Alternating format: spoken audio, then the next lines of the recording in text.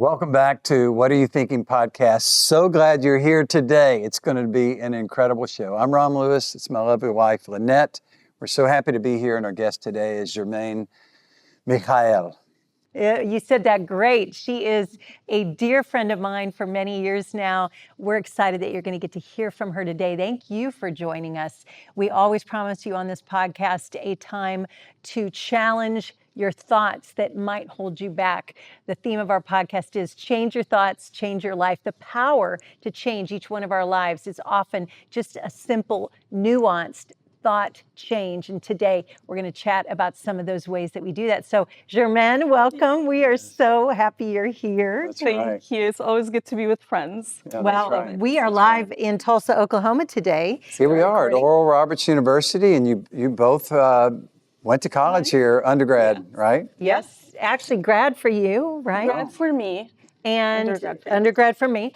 And you, Germaine, grew up, though, in Egypt. Is that correct? Yes, I was born and raised in Cairo, Egypt. I stayed there until I was 17, and then I moved to the U.S. to start my undergrad, and didn't know that I was going to be still here, but here we are. Wow. Well, we have many viewers that we know on the Al Karma TV part of our broadcast that are from the Middle East. Well, and from your what I just found out is that when I was we both have been to Egypt 2 or 3 times. And my first visit to Egypt, I was assisting one of the most amazing pastors in all of Egypt. My pastor. Pastor Sameh. Maurice. And who was before him? Elasis Manis. Right, so I was with Pastor Manis. And I had dinner with Pastor Semi. Love it. Incredible. And so back in those days, I was serving my friend Nader Iskandar, and it turns out that I was assisting, and you were in that wedding as well, and you know my friends, and I know your friends. And so, all of us are just a few degrees away from knowing everyone in the world, right? Oh, it's true. And the fact that you were there, I was there, that was 20 some years ago, and here we are again today. So this is great. We're so grateful you were willing to come talk to us. Germaine and I were at a Whole Foods having a get together a couple months ago, and just had the most stimulating, fascinating discussion. We always have great moments like that. But as we were chatting there, I kept thinking we have to bring you on our podcast, because what you were explaining, what we were talking about, I believe, is so prevalent in the water right now, so to speak, that there are a lot of people, and this is really your expertise. Why don't you tell us a little bit about your practice and your degree so that people know the place from which you're coming from as we share some thoughts today? Absolutely. So I took a very unique road to my education. It was all God-led. My undergraduate is in psychology, and then I went to Bible school, and then I came to ORU, and this is where I got my master's in marriage and family therapy. And then I moved on, and I got divinity master's, and I waited a little bit. That's when we started chatting about New York, and then I came back, and I got my educational leadership in higher ed. So I have a little bit of different fields. And right now, what I do is literally the intersection of all of them coming together. Only God can do that. Wow. Explain what that looks like on a regular basis. So you have private practice. Yes. Where you do therapy. Yes. And then you also are an educator. You're teaching here at the university. Yes. So you're dealing with a variety of people and ages and all of that. It's got to be fascinating. It is amazing, and I never thought I would be a professor. I've always wanted to be a therapist. That was the dream since I was a kid. So that never changed. But becoming a professor was just one of those things where the Lord takes you on a very unique journey and then puts you in that position, and it falls into your lap. And it's the job I never wanted or never knew I would have. And it's the job that I never thought I would say that I can't live without. Wow. Yeah. Now that is so powerful, isn't it? Very powerful. I mean, how many, I often say the phrase, different than what I thought, better than what I imagined. Yes. And life can be, even for those of you who are listening today, you may not like where you are right now, just stay the course, because so often it's a stepping stone and a bridge to getting us to that place where, just like you said, I would never trade it. No. Because what do you love, Germaine, about what you do, and what are you hearing from young people in particular today? Some of the struggles, some of the anxieties that they're facing. What's coming across your path right now that might give hope to our viewers, and some tools perhaps that you know about?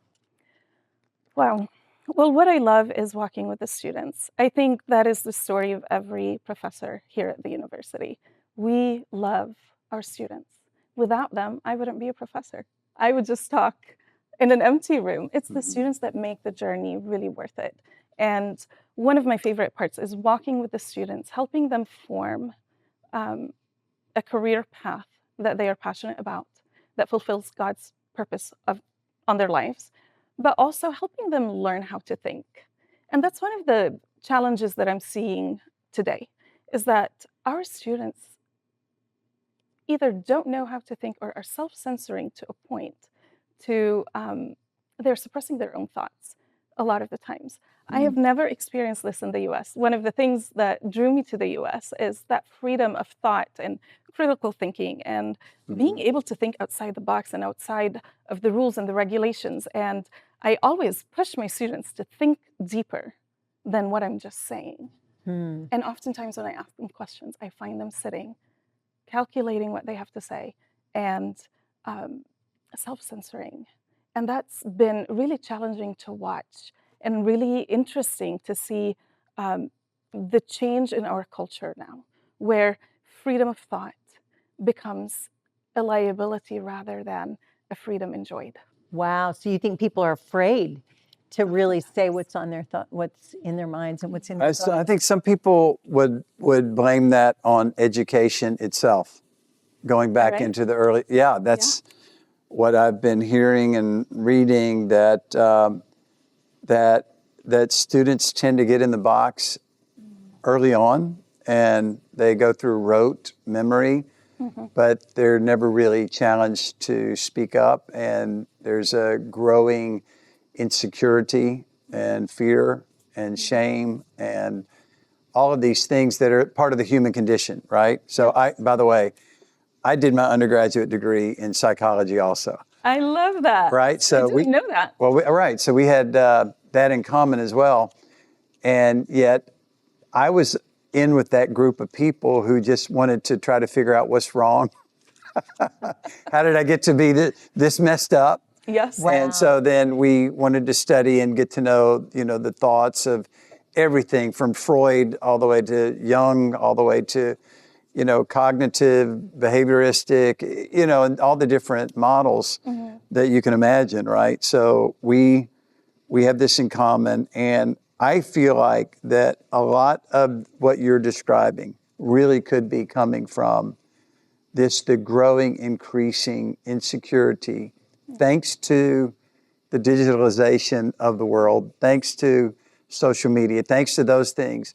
I think that for some people they can flourish, but others get held back. Yes. And going back to your question, some of the struggles that we're really noticing is that freedom of thought has been a liability at times, but also students are bombarded with information at all times.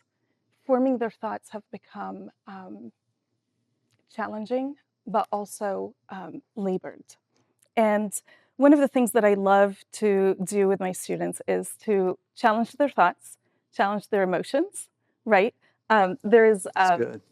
a challenge, even the thought that, the expectations that are put on them, saying that God can have a different way for you, that you don't have to follow specific roadmaps that have already been formed for you, but you can get your instructions from the Lord and go on that unique path. And with that, you need to form resilience.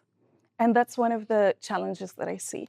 Resilience has become compromised because this is a generation that is so different than how we grew up. I grew up, when the internet was not even a thing, right? I remember when we were talking about the internet as a new invention and a way to connect the world and a way to find information. And I found it interesting, and it was a tool to help us learn. but it wasn't where we lived. We still had to form relationships. We still have to navigate the world in a basic way. And with that comes challenges and hurdles. But it's during the hard times that we form resilience. It's not during the time of ease. And because of the ease that technology affords us, sometimes we lose a layer of resilience. Yes. And Because the we don't- power to persevere. Yes. Yes, I was thinking about that.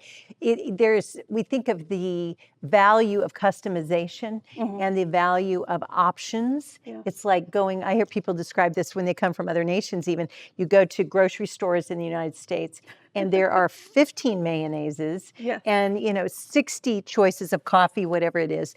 But options can oftentimes create anxiety Yes. because now how do I choose? Is there a right choice, a wrong choice? I think so often social media portrays an idealism, whether it's romance, marriage, child rearing, how to eat, how to look, how to be fit.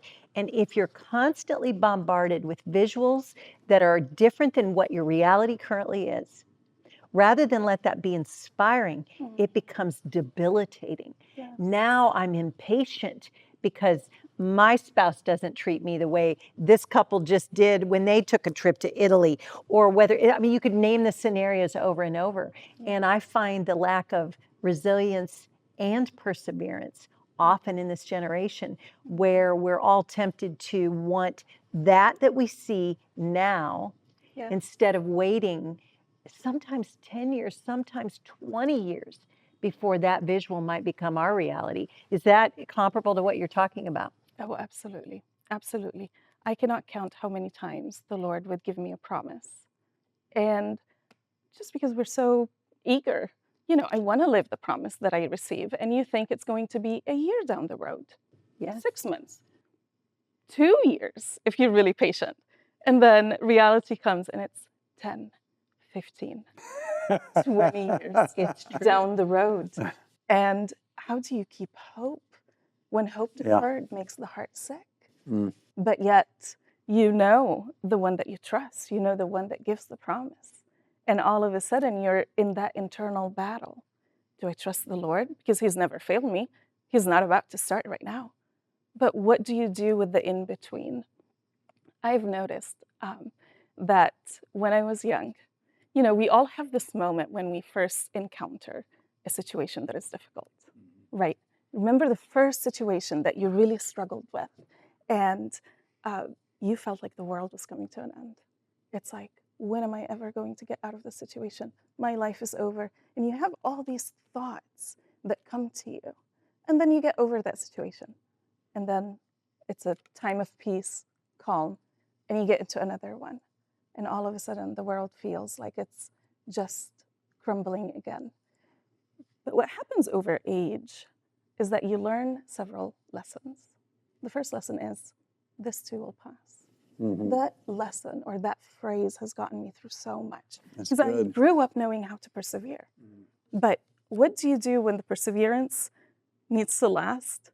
And then you need to regenerate a second wave of perseverance. And then there's another wave and another wave. And how do you protect your heart from growing weary? Or bitter. Or bitter. Or question God and His faithfulness, right? But it's also, what I've learned is that it's not just about perseverance, but it's about how you wait. It's not just waiting to get to the other side. This too will pass. And when you get to the other side, and we wait and we live in the until. I have made that mistake so many times. I wish that's not my story, but I've lived for the when this happens, I will be. And the Lord had to interrupt me and say, what happens from now until then? How do you live that time is just as important as getting to the other side, getting to your victory. So I would like to know about your upbringing then and how you learned to grow in perseverance, resilience. This is really a big deal. And this is it seems like it's more and more of a gap now. Yes. There's so much is just given to us and we don't really have to work or stress or whatever. And I think that's just such a part of maturing and growing up. So, okay, so you come from Egypt. Yes. And This network that we're on, Al Karma TV. I know. Hey, right? this is your people. Hello, my people. Love you. Well, yeah, that's right. Yes. It was inshallah, as we should say. love that. Yeah, it's the will of God that we're here, Yeah. and you. So you grew up in Cairo. Yes. Every time I've been to Cairo, it's like a party till 2 a.m. But there's big naps in the middle of the day in that heat. Love it. It's really a fun culture. Incredibly hospitable, Yes. loving. All of my experiences in Egypt have been fantastic. Yeah. I loved it too. Although the time that I was there, most recently, the revolution started right then. I was at a hotel on a women's tour through a group of American career women that were over there. And we were leading some sessions, and I was directing one of the sessions. And then we heard when Ron was hearing on the news that the revolution had started. Did they call it the revolution? It was in Tahrir Square.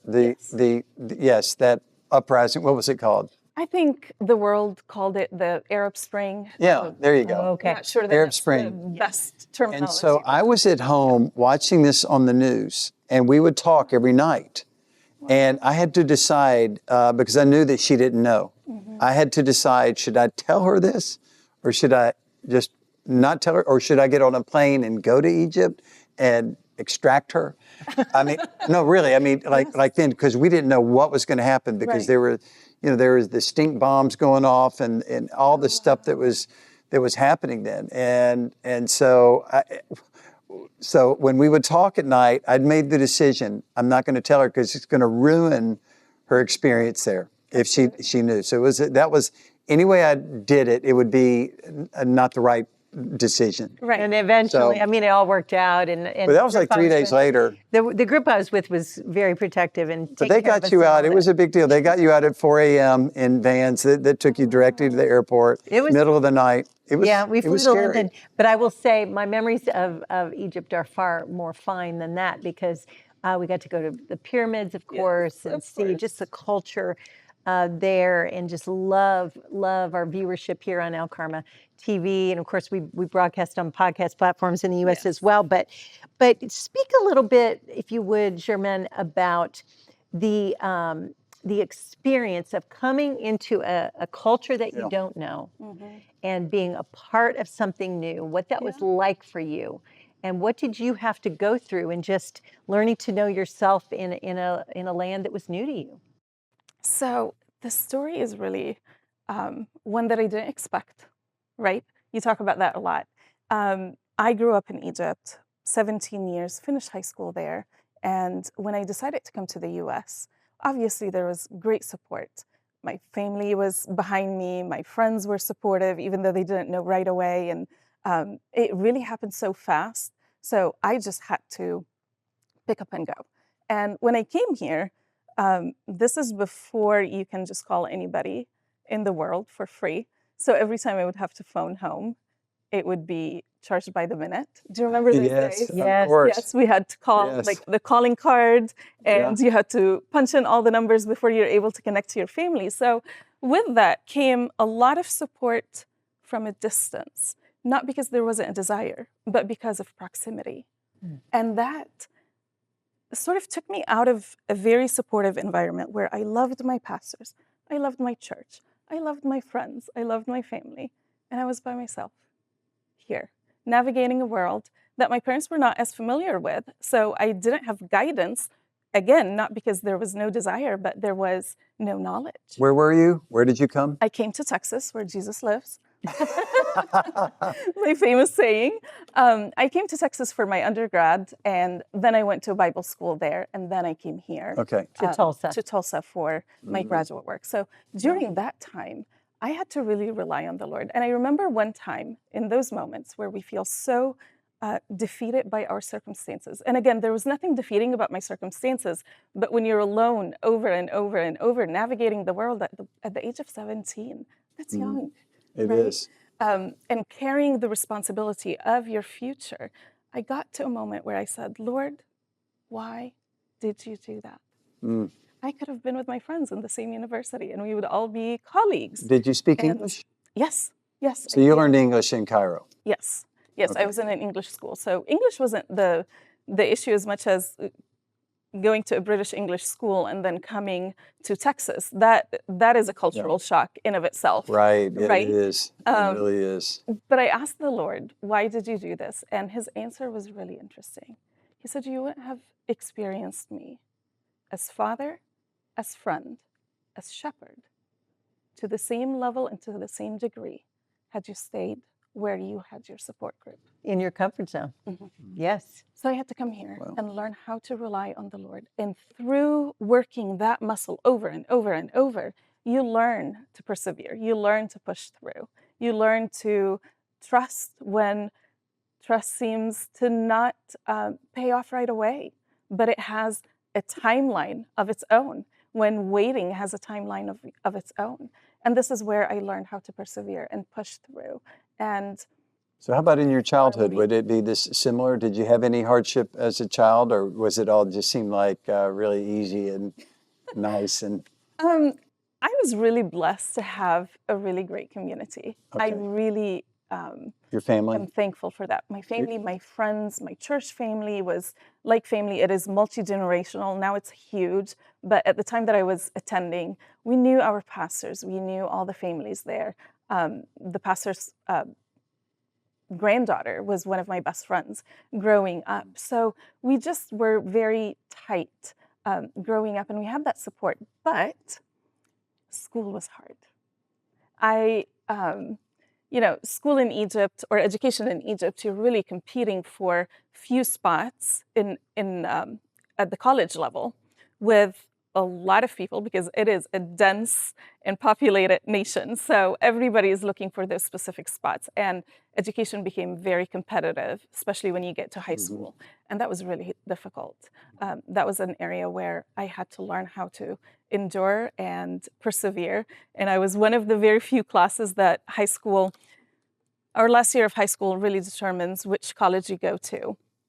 And I was one of a trial run generation where we did 2 years instead of 1. So the challenge lasted 2 years instead of 1.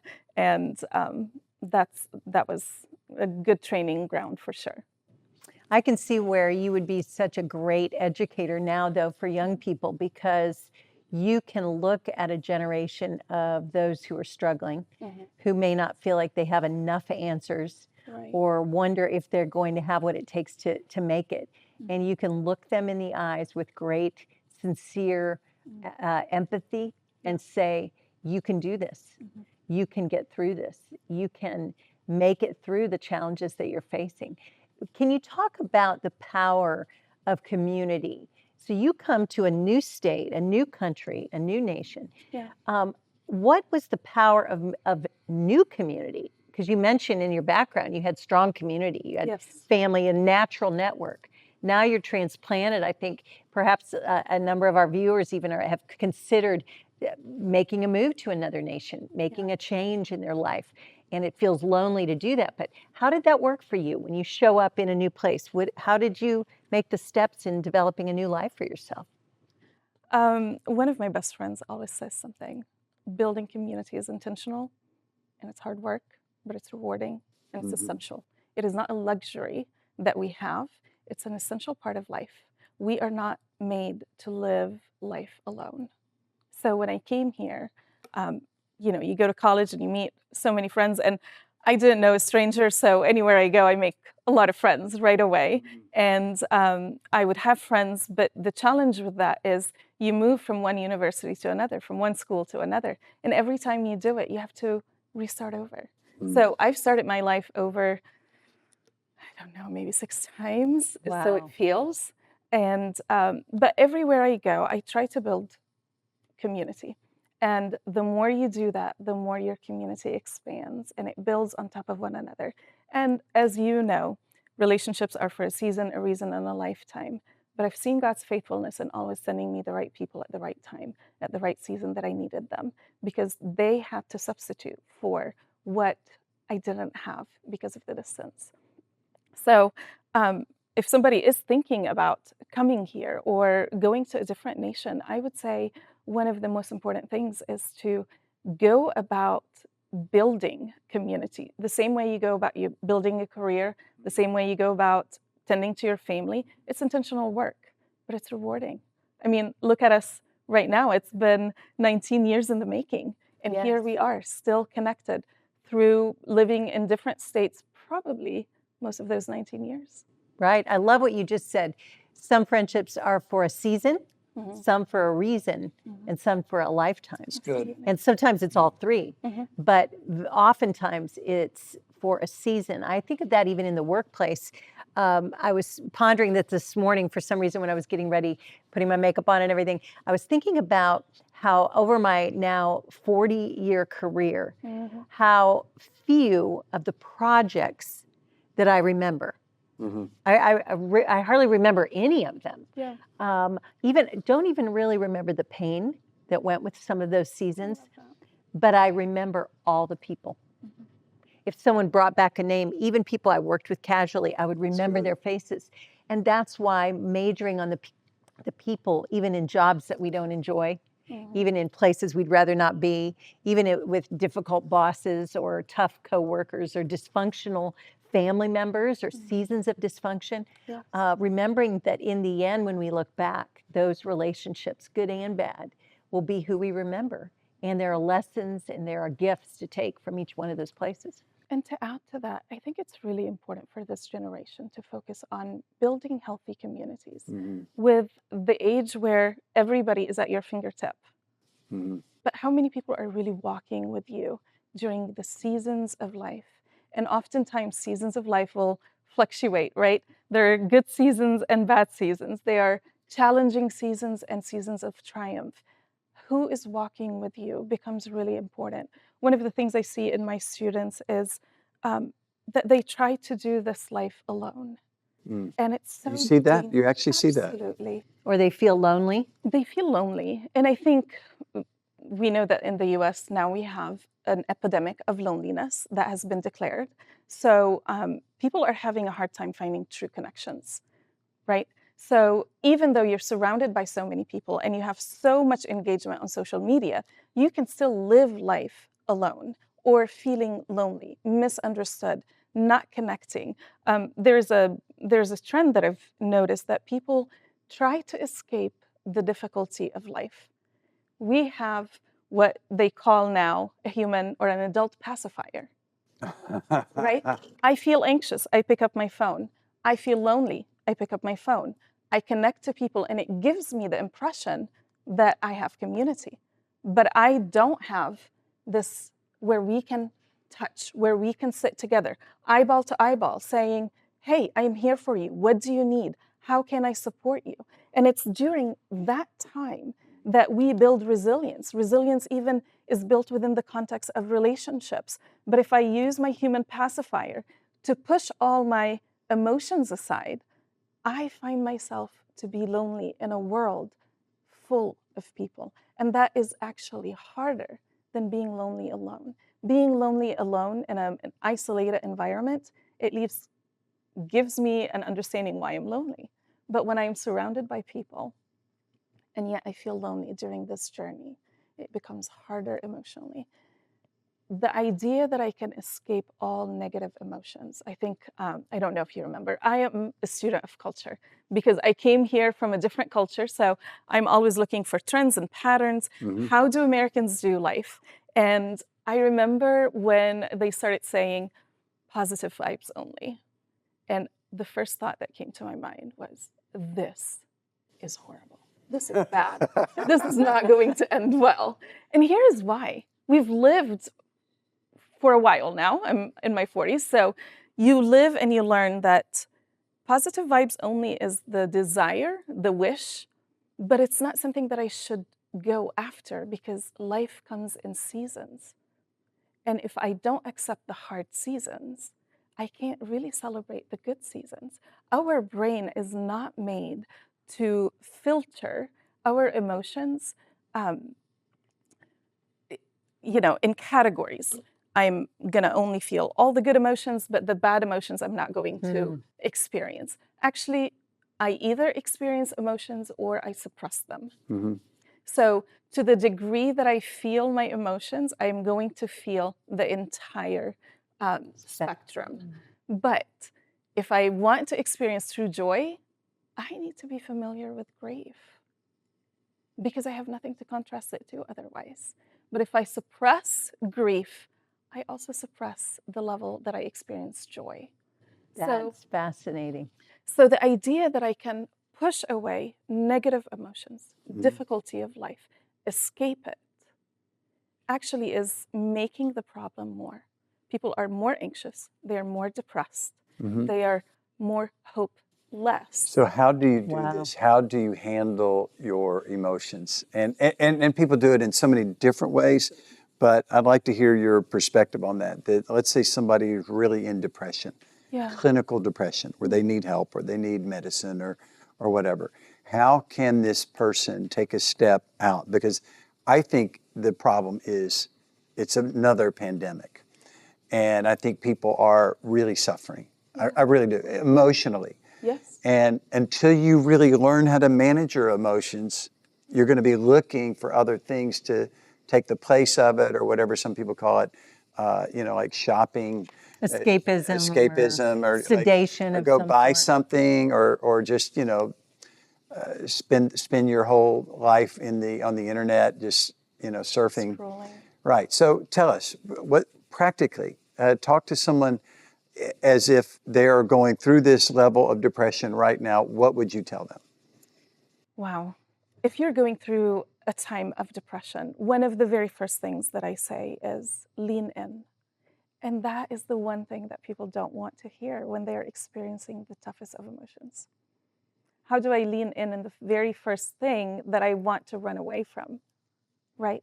But it's in leaning in that I focus on what is happening now and not the hope of what if, right?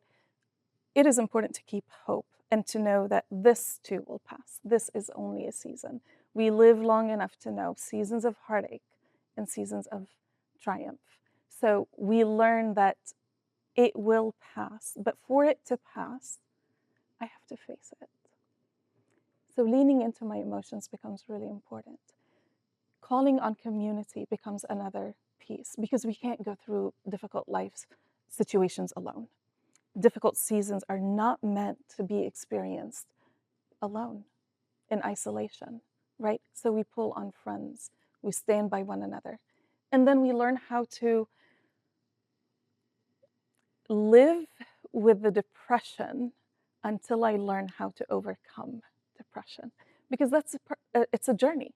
I remember the first time I heard Dr. Bucher, he's one of our deans here in the school, he always says, trust the process. First time I heard that, I was mad, if I'm being honest, because I didn't like it. Trust the process means I have to wait because it's a process. It's not an overnight fix. It means I have to persevere. I don't want to persevere in a difficult season. I want to persevere in a fun season, right? Trust the process means it will be incremental and it will be in progression, that I learn how to overcome whatever that I'm facing at the time. And I didn't love the phrase, but I learned that if I trust the process, lean on friends who will speak the truth and not pacify me, which is a lost art, by the way, in our society today. Speak the truth, but not pacify. Yes, that is a lost art. Speak the truth to me. Speak the truth, because I remember, again, let's go back. Can we go back to the early 2000s? Let's do that. In the 1990s, where I grew up, a true friend was measured by, can you tell me the truth? Even if it's going to hurt my feelings, can you tell me the truth and walk me through the process? In 2000, there was a trend where, why can't you be supportive? And we used that phrase when we wanted to do something that my friends would not agree with, did not see that it was in my best interest. People who cared about me didn't believe that it was even biblical at times. But we would say, why can't you just be supportive? And all of a sudden, it meant, why can't you just agree with me rather than tell me what I need to change? that was another point where I said, this is very dangerous. There were several moments in culture where I said, this is dangerous, right? A wound of a friend can be trusted. That's what the Bible says, right? I'd rather hear a rebuke from you, Lynette, than to hear it in public, right? To be disciplined in public. So you're saying it's okay to confront your friends who are what? They are saying the wrong thing. They are what are you saying? Who are maybe friends who are, let's say I'm having a negative thought or a thought that is not helpful to me. I'd rather have you come and correct my thinking Okay, that's and important. align it. And that's okay. Than Now, to say yes. who establishes those rules? What do you mean? I think it's very important to say, hey, you're just living in a ditch right now. Yes. I want you to lift up your eyes. Matter of fact, interestingly, this morning I'm reading. I like so many people. I walk through the Bible in a year, and this morning was 1 Kings 18 about Elijah, who was having a bad day. And he was complaining, and he was saying, I'm the only one. Turned out there were 7,000 others. But he was like, I'm the only one. And he's complaining, and he's upset, and he's depressed. He was definitely depressed. Yeah. So he had to get out of the cave, and God brought him out. There was no one that he could talk to except God. But God brought him out of the cave as he was, and he got him to begin to see a different perspective. I think one phrase that comes to my mind when you ask, who sets up those terms, I think it's very important, and I always say this should be top of mind when, if I was to ask anybody watching or listening, who in your life tells you no? Mm-hmm. Not who tells you yes. There will always be 15 cheerleaders because it's fun to cheer somebody on and say you can do it. But who tells you no? Maybe to challenge, to say that there might be a better way, or have you thought of this or thought of that? True love doesn't just say yes, they say no. Yeah. We think of that as a parent, of course. We don't, loving my 10-year-old twins is not just giving them everything they ask for. And they put up a fight when I tell them no. But I ignore their fight because I'm in for their good. And that's where so often, but we get to an adult age and we want actually counterfeit comfort. Mm-hmm. It's not really comfort. It's temporary sedation to the pain. But what I heard you saying is lean in. God, what are you trying to teach me from this pain? Yes. What can I learn? The Bible, the scripture, the reason that we three live by the Bible as our guide, as the playbook for our lives, is because the Bible has a way of bringing comfort and also conviction. Mm-hmm. You actually feel more loved by a parent who disciplines you than by someone who just lets you run free. It appears to be a big happy party, but when those choices lead us to destruction, we realize they didn't care enough to tell us no. Yeah. And so I love when you describe that, and I think there is, even now in the culture, there's a tendency to say, why can't you I have my community and they all believe in what I'm doing, when actually, when the people who love us the most and are the closest to us would disagree with that community, then we need to take notice, because all the comforters are not usually the truth tellers, and we have to really watch for that. It's okay to be challenged. I think this is how we grow. We don't grow in comfort. We grow when we are challenged. That's huge. That's huge. That's really great. That's good. That is so good. So one other quick story, just 2 days ago, I was talking to a friend. This is somebody who I've watched her endure years of a painful marriage. Oh. And when she was in those years, often those of us around her would say, just don't leave. Stay with him. Don't leave. It's going to get better. Someone who we would ask the question, who in this particular family is going to break the curse of divorce? Divorce is a relentless foe. I mean, when divorce enters into a family story, it takes a lot of fortitude at some point in the generations to say, divorce stops here. We're not going to choose divorce. Now, there are exceptions, of course, to where where it's a viable alternative, and there are reasons for that. But so often in our culture today, I believe that people are just impatient. They want the change now. They believe they deserve better, and maybe you do deserve better. But this friend I was talking to is over 20 years in, and she was describing to me something her husband did for her, and we both laughed, great joy, laughed together, because we remember the years where she thought that would never happen, and she's so glad she stuck it out. It changed the course of her marriage. It changed the course for her daughter, who's now has had parents that stuck together. And it is through really the power of God that she was able to persevere. But she's so happy she did. And someone watching today, that's the word for you. Check with your people that you're closest to. I'm not sure that divorce is your answer. It may be your immediate comfort, but God may be up to something longer term here, bigger, and He will give you the graces to sustain and the courage to be brave and to be able to live in a desert for a period of time in order that you and your children and your children's children can enter into their promised land. There was a generation that went through the desert, but there was a generation that came out of the desert and into their promised land. And may that be us. May we do the hard work that it's going to take to change the family story. Often in one generation, the entire family story can change. And I don't know who needs to hear that today, but we're here to tell you, you can do it. It's good. I'm thinking right now about just in Scripture, how so much of Scripture is about getting out of one place into another.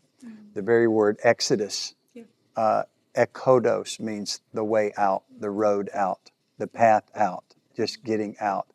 And a lot of people get stuck. And there was that time where Moses actually went to the Red Sea, and he realized then that all the Egyptians were coming after him. We're not leaving you out of this discussion. Thank you. But they were all coming against him. Yeah. And then this was the time where there was no more journey because he was stuck. And that's when he looked to God and he said, only you, God. And I think for many who watch, they tend to think that this is the end, and it's not. There's always a way out. Many are the afflictions of the righteous, but the Lord delivers them out of them all. And this is a reality that we oftentimes come to our end in ourselves. Yeah. We think that we can't take it one more day. We feel suicidal. We feel neglected. We feel sad. We feel like this is the end of something. When God's saying, no, this is your finest hour. And maybe you've heard this before and you just don't know how this works. But for me, and what Germaine is saying about how we handle our emotions, we do so through a community. And my immediate community is with this woman right here. I tell her pretty much everything. And as a man, sometimes I just want to fix it and move on. But sometimes you get stuck in something and you really do need to talk to somebody. And it feels great when you can let somebody share your burden. And it's even better when we can be the ones who are sharing the burden from somebody that we know and we love.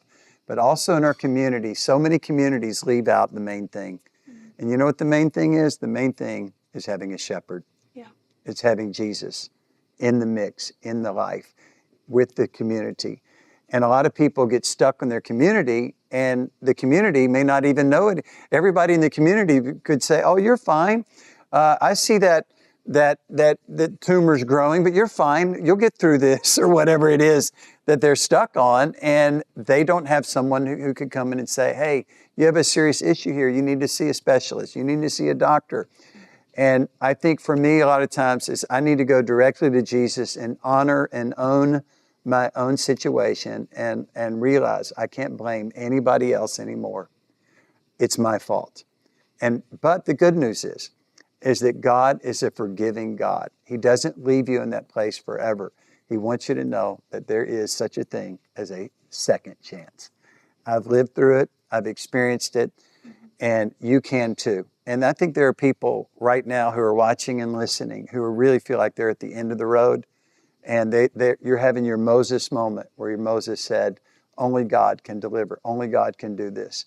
And God says, Moses, put your staff down. The sea is going to open up. There's going to be a way through. And not only did Moses make it through, but an entire nation made it through. The millions made it through. And don't be let down right now. Just know that God is on the way, and he's going to find a way, and you will get a breakthrough out. Yes, absolutely. Germaine, why don't you do this at this point right now in our discussion? Can you look into the camera and just say a prayer for that person who has felt like they're at the Red Sea? Ron described. Imagine someone coming to you and with maybe suicidal thoughts, with a sense of hopelessness. Can you look at the camera, speak to that person, and then feel free to just go right into a prayer of hope for that person? If right at this moment you are feeling hopeless, you're feeling despair, I want to let you know that this too will pass. And as we go through times of difficulties, we are promised a shepherd that goes with us, that walks with us, that sends us a helper, a comforter, that never leaves us nor forsakes us. That is his promise. So if you are struggling right now, I encourage you to look up where our help comes from. So pray with me this. Dear Lord, thank you for who you are. Thank you for being my Father, and thank you for loving me. God, I thank you that my situation right now is not a surprise to you, but that you have a way of escape. And if there is no way of escape, you promise to go with me and to make every rough place smooth.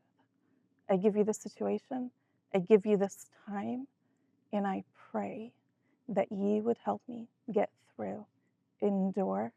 And Lord, you promise that even in the times where despair is available and is present, that your joy can still be found and that your peace can be experienced. So would you give me your joy, your peace, and the trust to make it through? In Jesus' name, amen. That was a powerful prayer. Praise God. And I know that many of you are reaching out right now. And just keep coming back to Jesus. And I'm sure you have other practical thoughts about this as well. So you ask, how does somebody address depression at this time? We lean into the emotions. We rely on our community. We know that it's going to pass, but we also seek help. We seek help to develop practical skills, coping skills. How do I go through depression?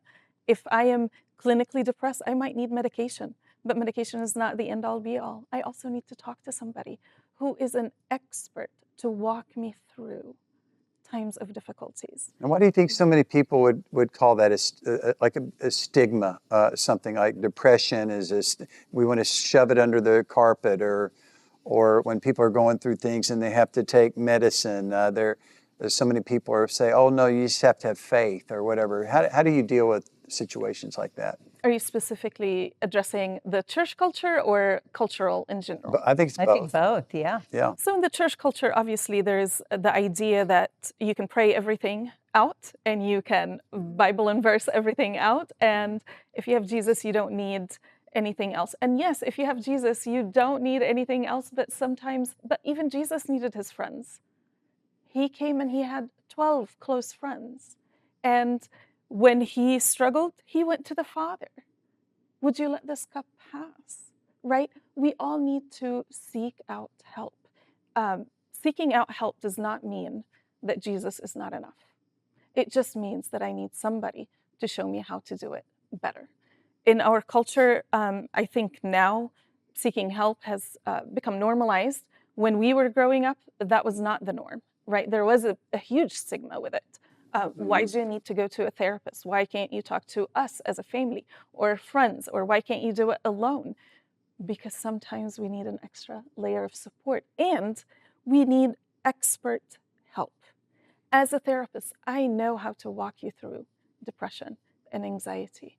And now that we have brain-based therapies and cognitive behavioral therapy, and there are different ways that we can address the same issue, and we can even find the underlying issue of what's happening right now. Why can't I overcome what I'm experiencing? Sometimes has a deeper issue, a deeper layer, and I need to look at somebody who is going to be compassionate, who will listen to me, and who will help me with practical skills. So there's no shame in it. Actually, the shame is to struggle alone. Wow, I love that. That's good. I think about even being here on the ORU campus brings back memories of the year I became a resident advisor. I started realizing some really debilitating tension in my life. Now I had 30 girls on a floor that I was responsible for, and I felt like I had to be the perfect RA for every one of them. And what started happening was I started going through anxiety that I couldn't even cope with. I was putting on weight. I was crying all the time. I couldn't handle it. And here on campus, they have a counseling center, and I made an appointment with a counselor. My parents had gone through therapy themselves, and they said, go find someone. Well, in 6 sections, and sometimes it's 6 years for some people, and there's no right or wrong formula. But that counselor who sat with me began to what I describe pull back an onion, which is layers of an onion. One layer led to another layer, led to another, and you said another statement a minute ago that's so powerful, is you learn techniques as you go to an expert on how do I decipher what am I really going through? What's really driving my anxiety? I'm not just overly anxious and I need to fix it. I need to understand some of those underneath things. And things I learned in that season, had to get off campus for a while, had to take myself out of being an RA for a while just to get to the bottom and really get a layer of healing. And that was first of numerous times I've been to therapy over my life. But the techniques and the strategies I found during that season, I still use in my life all the time.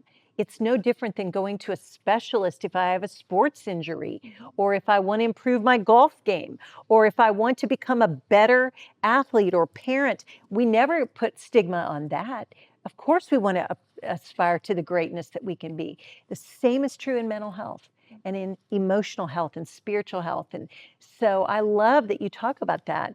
You spent your whole professional life equipping yourself in that. And there is a gift in doing that. And I'm sure you've helped a lot of people.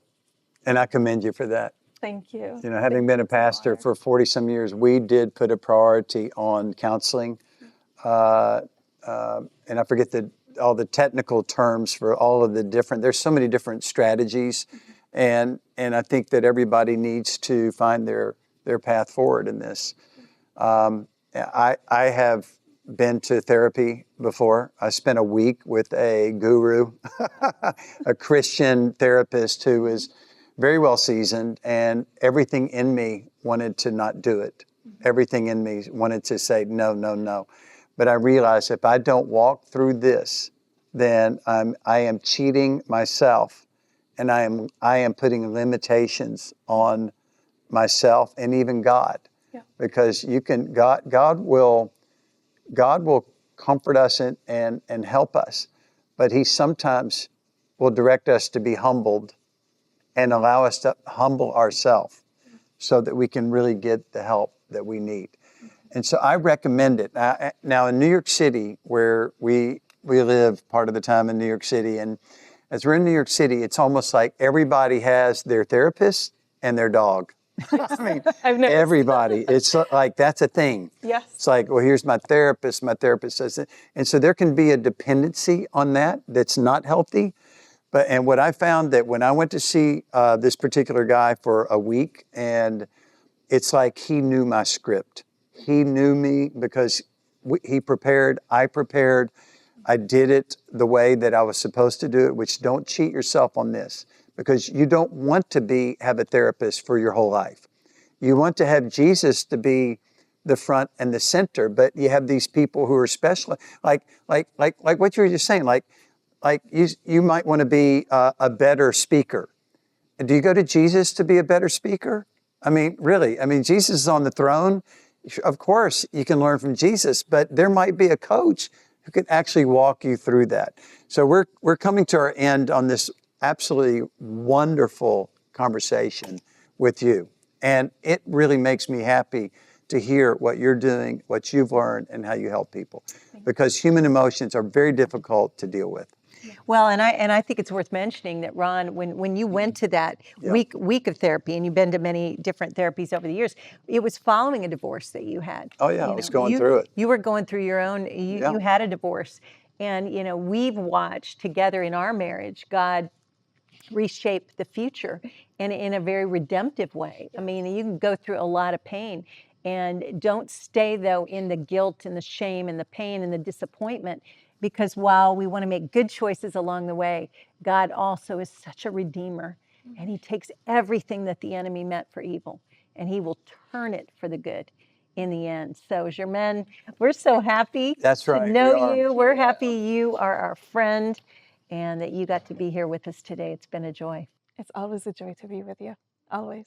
We love and appreciate you, and we love and appreciate you too. And you can get all the help that you need. It's out there, it's available, and God will never let your tears be wasted or your pain be wasted. There's always a reason. And may you go from this valley to the top of the mountain, and may God be with you. God bless you. We love you. Thank you for being a part of What Are You Thinking podcast. We'll see you the next time.